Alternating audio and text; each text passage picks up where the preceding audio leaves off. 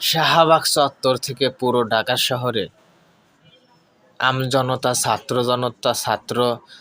ছাত্র স্টুডেন্ট সবাই মিলে মাঠে নেমেছে, আন্দোলন করতেছে ওসমান হাদি ভাইয়ের।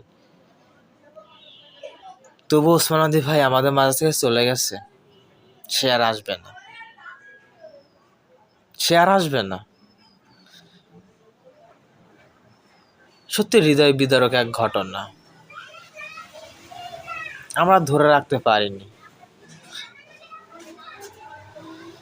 সরকারের সুস্থ ওসমান হাদি ভাইকে যারা এইভাবে আঘাত করেছে তাদেরকে ধরে সঠিক বিচারের আওতা যদি আনা না হয়, ওসমান হাদির ভাইয়ের সাথে ওসমান হাদির ভাইয়ের রক্তের সাথে বেইমানি হয়ে যাবে তাদের বিচার না করা হয় এই বাংলার জমিনে। তবে নির্বাচনের আগেই বিচার করতে হবে, তা না করলে তার রক্তের সাথে বেইমানি হবে।